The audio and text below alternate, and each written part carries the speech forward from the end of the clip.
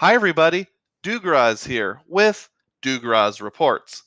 Well, the Blue Cash Everyday card from American Express went through a refresh almost 2 months ago, and I've been using it, and I've got some data points that I'd like to share with you.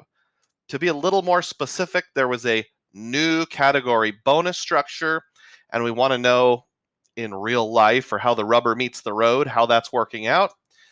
What counts as online retail part of that bonus structure? These changes have been in place since early July. So here we are on the American Express website for the Blue Cash Everyday card. It's got this nice looking new design with the light blue Centurion. In my opinion, it looks so much better than the old design. I did a video when these changes first came out. I'll put a link up in the corner if you want to see my impressions of the card design. And you want to see the old card design for some reason. But what's more important is these 3% categories here. 3% back on groceries, 3% on US online retail, and 3% cash back on gas. Those are each up to $6,000 in purchases per year. After that, it would only be 1%. The current public sign-up bonus is $200. I will put a link down below, both in the description box as well as a pinned comment with my refer a friend link. I have found that sometimes if you open that refer a friend link in an incognito window in your web browser, you might get a $250 offer. Of course, always check around for best offers, but if you are considering it, I would really appreciate it if you would think about using my link. Before we dive into those details, on this particular YouTube channel, we talk about finding epic value for the average American. If that sounds interesting to you, would you consider subscribing to this channel? And please click the thumbs up button. All right, let's dive in. So let's start with non-online stuff, the obvious part. I tested it out at a Casey's gas station. That's a gas station here where I live in Iowa and throughout the Midwest. And you'll see right there, it does clearly show that I got 3%. Also at Hy-Vee, which is a grocery store, supermarket, you'll see here it clearly shows I got 3%. Those are real obvious, think you should be fine.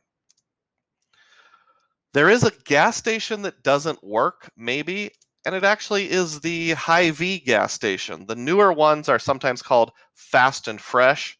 This one says Hy-Vee Clive, FFE means Fast and Fresh Express. It's got gas pumps out front. It's not connected to a grocery store. It's a whole separate building, but for whatever reason, it only gave me 1%.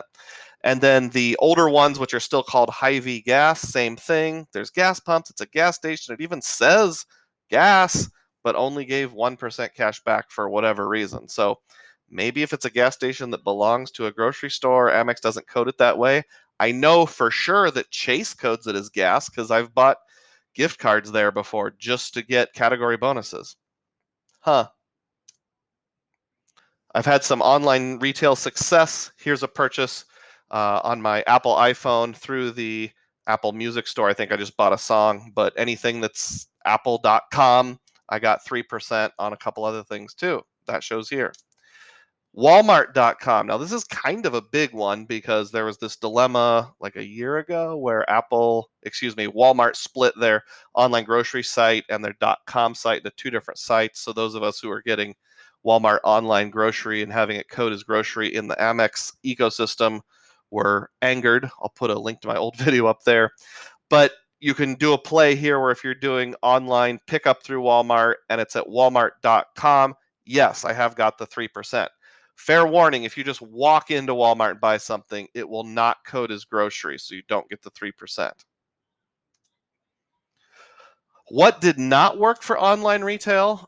We bought something at shutterfly.com. That's a site that does like photo books and prints for, actual pictures. Didn't count as online retail, only gave me 1%. That was kind of a bummer. And then my kids go to a private school. I squiggled out the name of the school. Obviously, I don't want the whole internet to know where my kids go to school, so I just handwrote school. But I did a sample payment of their tuition online, did not count as online retail, only got 1% cash back. Hey everyone, it's Dugraz here with a late edition after I'd already put together most of this video. I did have two more examples come up, which I'll show you now. No camera available at this time. I did a purchase on eBay, and that did register the 3% cash back. No surprise there. I also made a payment through PayPal for my son's sports club, and that did not register as online retail. It only got me the 1%. I speculate because PayPal generally pulls the category through, it would know. For example, if I'd used PayPal to make an eBay purchase, that would have coded as online retail, but since it went to a private sports club, even though it was on PayPal, it probably registered as general merchandise or nonprofit or something like that. So in this use of PayPal, I only got the 1%. Well, there's some data points for you. Just a quick hitter here. Let me know what data points you've run into since this refresh, what counts as online retail, what doesn't. You always have to just try things out for a while. Put a comment down below if you appreciate this video, and again, please remember to subscribe. As always, may your spending be frugal, and may your points be plenteous. Thanks for watching.